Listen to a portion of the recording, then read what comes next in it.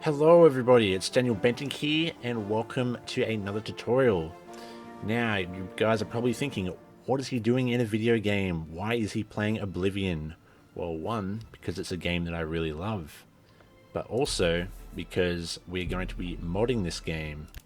We're going to be jumping in Blender soon and we're actually going to mod the moons, as you can see right here in front of my screen. There's one of the World of Elder Scrolls' moons. I believe it's called Bsa, and the small one, or the second one, is called Secunda, I believe. I think that's how you pronounce it, Secunda, or Secunda. But anyway, I'm basically going to show you in Blender how to create different phases of a moon so that we can put them all into Oblivion and have it work as our retextured moon.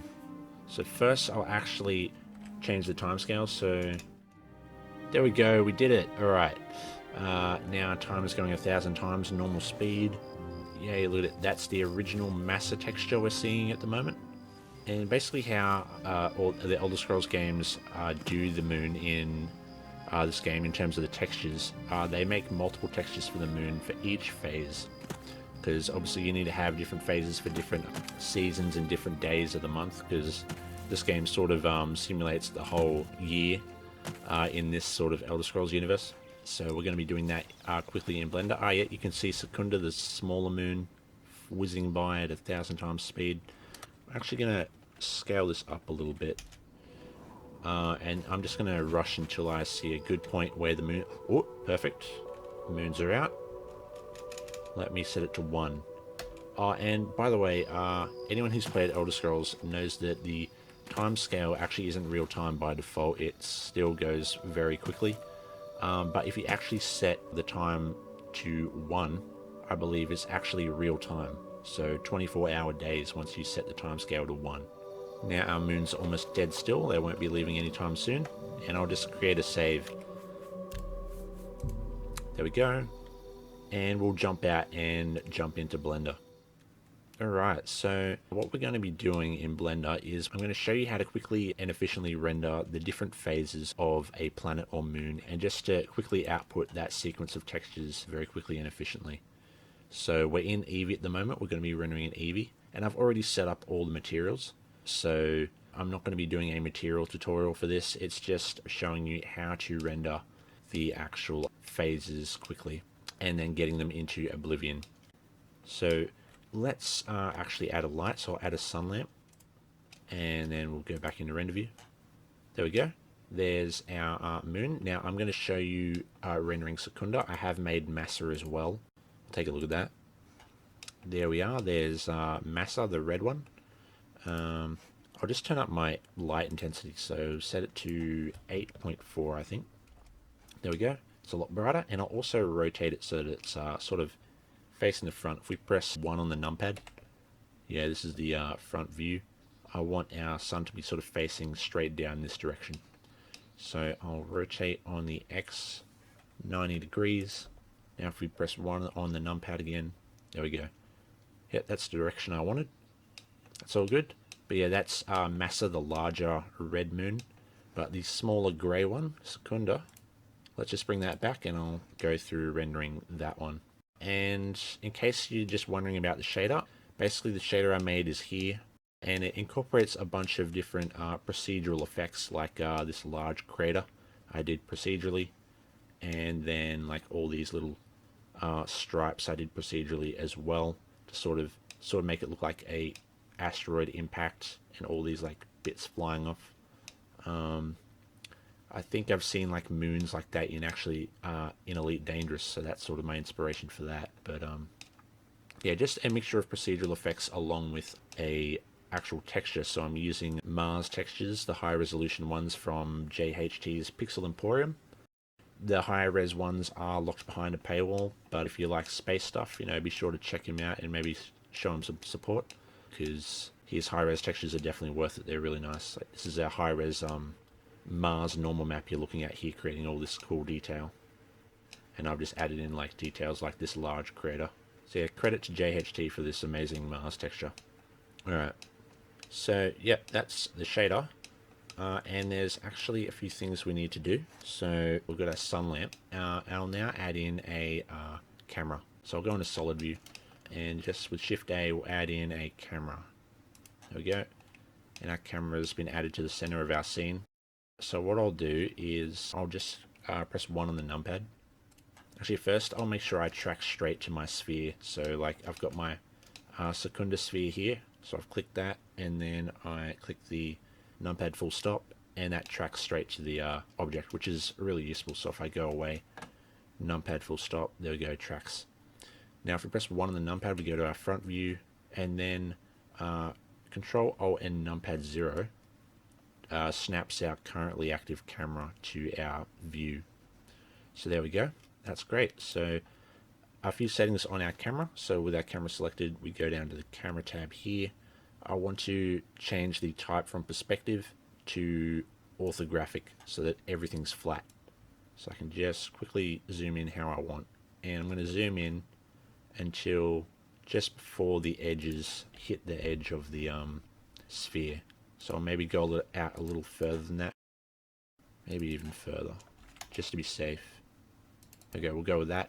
And there we go, that's going to be our render frame for our images. And now we've got our render settings. So I am in Eevee, and there's nothing important here really. No ambient occlusion or bloom or any effects. My render samples are just at 64. And one setting we do need is transparency. So you can see I've got a dark sort of blue world here, and we actually need to make sure that that doesn't render in our images, because we just want the actual textures, because the way the textures work in Oblivion is it's just the moon texture and the rest is all transparency. So you only get the moon and you put that into the skybox. Yeah, so we'll just check on transparency here in the film drop down of the render panel. Transparent, there we go, and you can see it's showing up as transparent. And that actually doesn't affect how things are lit, like it's still lighting the scene as if the world is still there, but it just, we can't see it in the render. Alright, so the output settings, I'm just going to go with 512 by 512 for the resolution. I think the original Secunda texture is actually 256, so we're already upscaling, but yeah, you really don't have to go too large because it's a small object in the sky anyway, so like going bigger is just no point. And then I'm going to export as a PNG, but the really important thing is to make sure you render with an alpha channel so that we can get that transparency. So we need RGBA selected, and I'm also just going to go 16-bit so that we have as detailed an image as possible.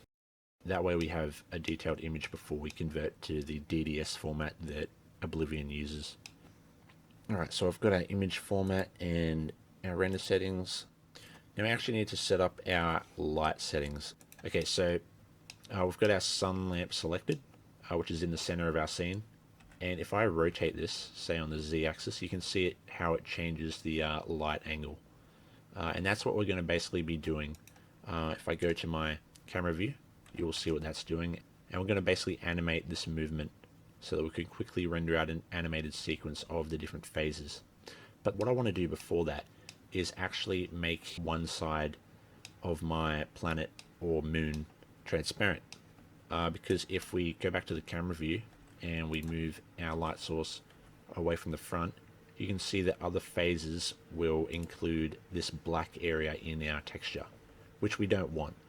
We only want the lit part of our moon showing up in our texture. We want the rest to be transparent. So to avoid this black region of the moon, we're actually going to do some shader tricks to make that transparent. So let me go back to my shader, and this is just in the shader editor here, and then I've got a viewport on the left. So with our shader selected, I'll actually add in a couple of mix shaders. We'll start with one to begin with. I'll actually go into solid view just so that this is quicker, so that we don't have to wait for the shader to update every time. Alright, so we've got our mix shader, then we want to add in a transparent shader. There we go. I'll just stick that down here below our principled, plug that into the mix. Alright, and I'm basically going to use a normal coordinate for this. So if I add in a normal node in the vector panel, there we go. And I'll also add in a texture coordinate. and I'll plug it in from the object. There we go. And for the object, we actually want to sample the sun lamp itself. So just make sure I select the right sun lamp, because I've got more than one in another light setup in this collection here, but we won't worry about that. So we've got this sun 002. So we'll go to our shader and we'll make sure we select sun 002. There we go. And then I'll get a color ramp. Plug that in, use the dot. There we go. And then I'll plug that into the factor. There we go. And now we'll take a look at that. Alright, just to speed this up, actually, I'll switch to cycles. I think I've said this in previous videos. Eevee, I'm not sure how it is with other GPUs, but with mine, it just takes a really long time to develop complex shaders each time I make a change, whereas cycles is, the generation is almost immediate. So I'll just switch over and we can watch our shaders update quicker. There we go. Don't worry about that artifacting that's showing up. If you want to worry about that, you can just increase the levels of the subdivision. And that's just with a modifier here in the modifier tab. Subdivision surface right there, and that just gives us our really smooth sphere, because by default I've actually got a lower poly one. You can see the faces around the edge. There we go. So we just turn that back on, we've got a nice smooth sphere now.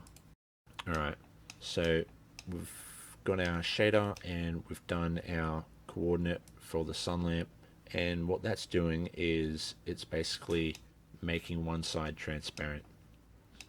Alright, so I realize I just got to switch around my sockets, so I need to make sure the transparency in the top.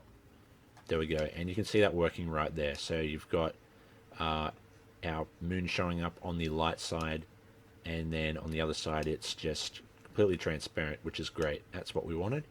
I think it's a bit of a soft fall off though, so I'm going to pull up my color ramp.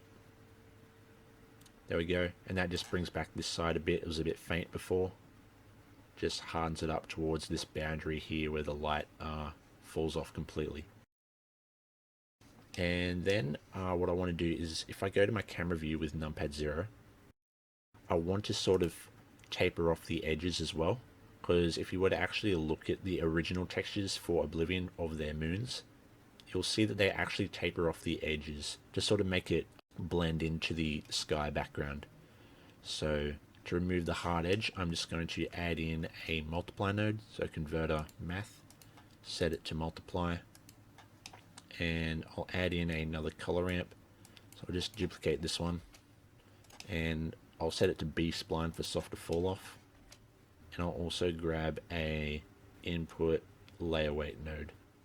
There we go, and I'll plug the facing into the color ramp, and then get the color ramp and put it into the bottom socket of our multiply. And then what I'll do is I'll flip around my color ramp. There we go, now it's the right way around, and you can see it's bright in the middle right here, but it tapers off around the edge here. So if we look at that, yeah, you can see it working. So I won't go too harsh with it. We'll just taper it off a little bit, and that seems appropriate. Alright, yep, we'll stick with that. So I've got our edge transparency and our light transparency. So now if we were to rotate our light around, so I'll go back to my camera view, rotate it on the Z-axis. There we go, you can see that it's all transparent, which is great. But then you just noticed we still have a problem when we get to like the quarter moon, and you can sort of see the inside of the moon, which is in darkness, because it's sort of like a concave now. So we've actually got to make sure it's invisible on the inside of the material as well. So we need a geometry node. So if I just go back to my shader, we'll get another mix, put that in front, and then with an input geometry node, put that here, and we want to use the back facing. Plug that into the factor, and for the bottom socket of our mix, we'll plug in the transparency, and that just allows us to make the back faces of our model, or the inside of our model, are transparent as well. And there you go, you can see that now even though the inside's facing us, it's still transparent. So that's all done, that's all prepped and ready for us to render our sequence. So now we need to actually make the sequence, and for that we're going to be using keyframes on the timeline. So I've got my sun, and we're going to be animating that. So I only need 8 phases, because if we look, I have a version that I rendered earlier. So we need a full moon, we need a 3/4, we need a half, we need a quarter, and then we need a, I think it's called a new moon, or just where it's blank, and then we need the other quarter, we need the other half, and the other 3/4. And yeah, so that ends up totaling at 8 phases. I do have another one, which is just another version of the front or full lit moon, which is also has a secondary light on it to sort of light up one of the corners a little more. You can see there's a bit of a shadow around this region. It's not realistic, but it just makes it look a little more interesting. But you can of course light each phase how you like. But we won't worry about that for this demonstration. So we're just using one sun lamp, and we'll animate that. So I only need 8 phases, so that means I only need 8 frames, because I'm basically going to be making sure the light direction changes each frame to a different phase.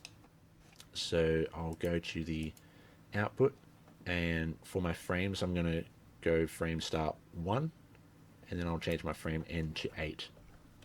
There we go. That way we've got 8 frames. Now I'll grab my, sun lamp is selected. So I'll just go into wireframe for this. And yeah, you can press Z to change our render modes, just in case you didn't know. So we need to keyframe it now.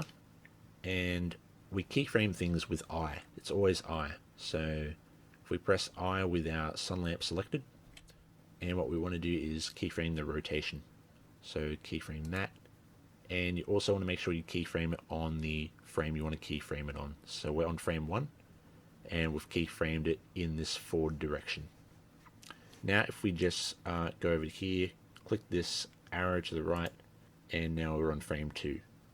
Now we want to rotate, so I'll rotate on the Z axis, and I'll also bring up my calculator for this. So calculator just here. So we have 360 degrees in an entire rotation, and we've got 8 phases. So I'll divide 360 by 8. There we go. And now we know how many degrees we need to rotate for each phase. 45.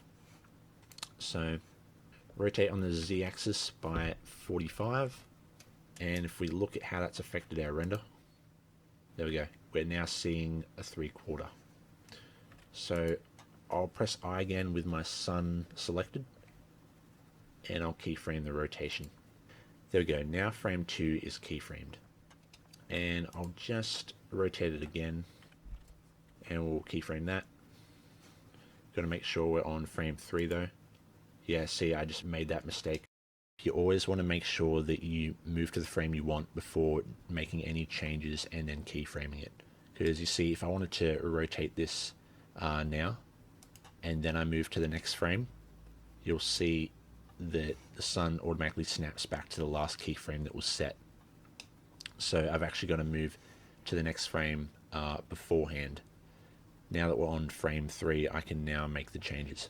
So I rotate another 45 degrees, keyframe that. There we go. And I'll just quickly go through all that now that I've shown you. Right, and we're done. So if I go back to render mode and look at our camera, we can see our phases of our moon as we move through the frames, which is great. And it's just a really quick way to set up all the different phases. And yeah, we did it with the transparency of our background and that quick transparency hack on our shader, and tracking the actual transparency of our moon to the lighting of our sun.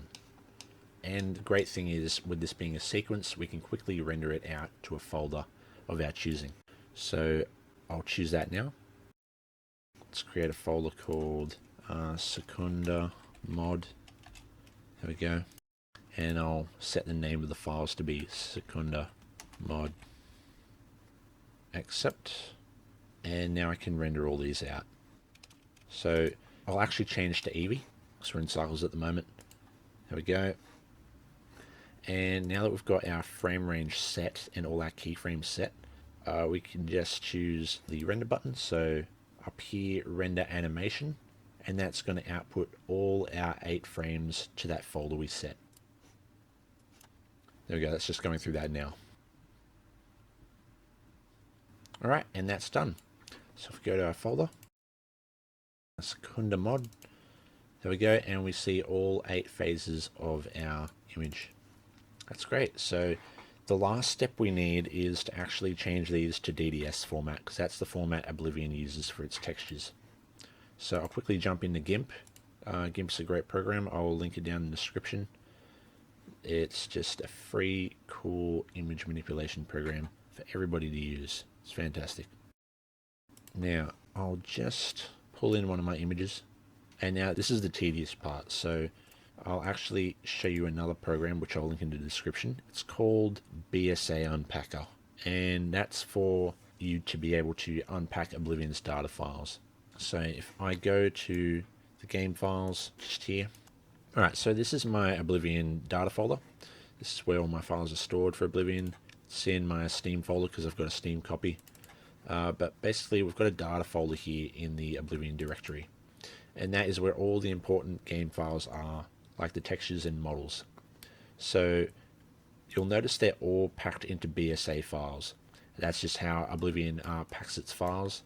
But we need Bsa Unpacker, which can be downloaded here on Nexus Mods, and I'll link it down in the description.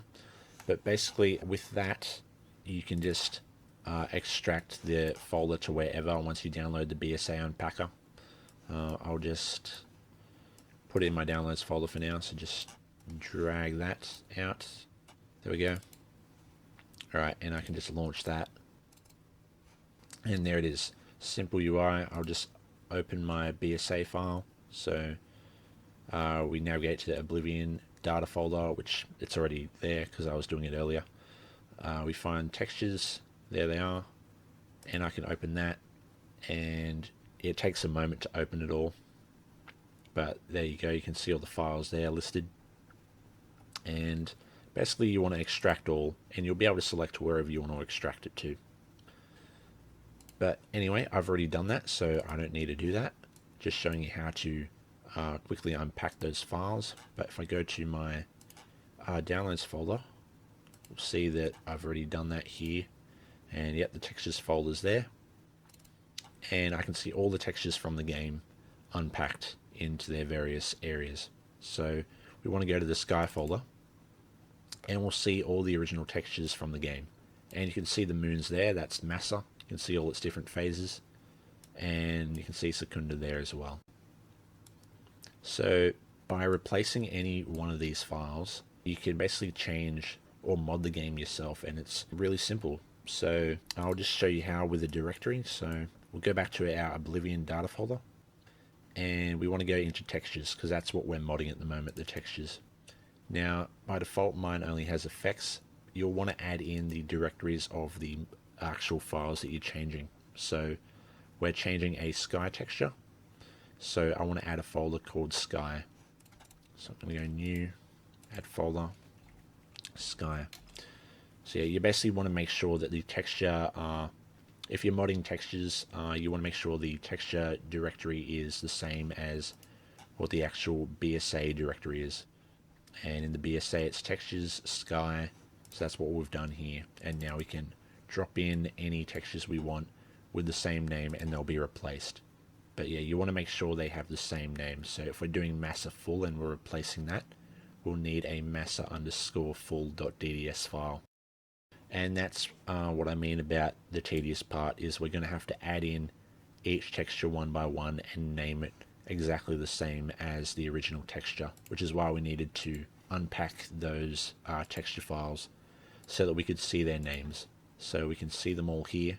So you can see the full Secunda is called Secunda underscore full, and then the half is Secunda underscore half, and so on, like you can see it there. But basically the important part is that you make sure the name of the file is the same once you export it as a DDS. So I'll export this one now, and we'll export it as a DDS. So with the export image panel up now, we can just change this, and it's funny, in Gimp you don't actually select a format type, you actually need to type it in, so you need to know what the extension is, and for this it's just .dds, and we need to make sure it has the same name like I said. So if we go back to our folder, secunda underscore full.dds, so secunda underscore full.dds. Alright, and I'll just create a folder for that. So create folder, and I'll name it secunda DDS. There we go. This is where we're going to put all our DDS versions of the files.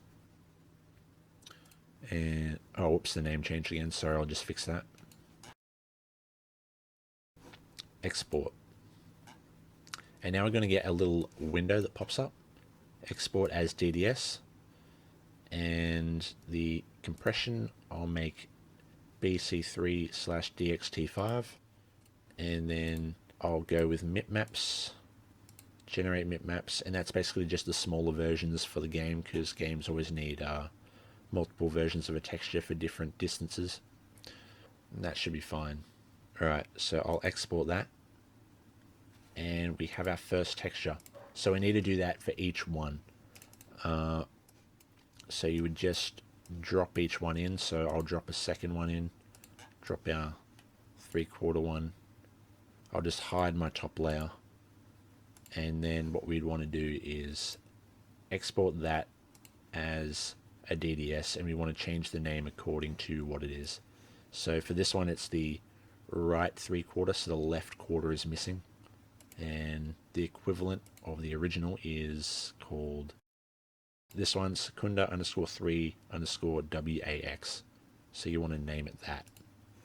And you just do that for all 8 images. But I've already done that, so I'll quickly put them in my data folder. So I'll close that. So I've got our new sky directory in our Oblivion textures. And I'll go to where I rendered the DDSs earlier. There we go. So these are all my DDS versions of the sequence, and I'll copy them and paste them there. And I'll also get my Masa one, which I rendered earlier, get all the DDS versions, copy them into there. There we go. So they've all got the correct names, they're all the correct format. So let me go to play my game, and we'll see if it's worked. We'll be back. Hey, you can see it working. Let's maybe see if we can have a comparison image. You can see that? Yep, so you can see the craters of the new one. You can see the different colors. And you can see our secundas over there. And I think you can sort of see the strips, the striping that I created. And you can see like the little Mars craters from the Mars normal map. Yeah, let's actually speed up the timescale again so that we might be able to see different phases of it. So set timescale 30,000. Alright, woohoo! Let it go. It's crazy. Oh yes, that's nice. There we go. You can see that one in a 3/4 view. Yeah, it's pretty nice too.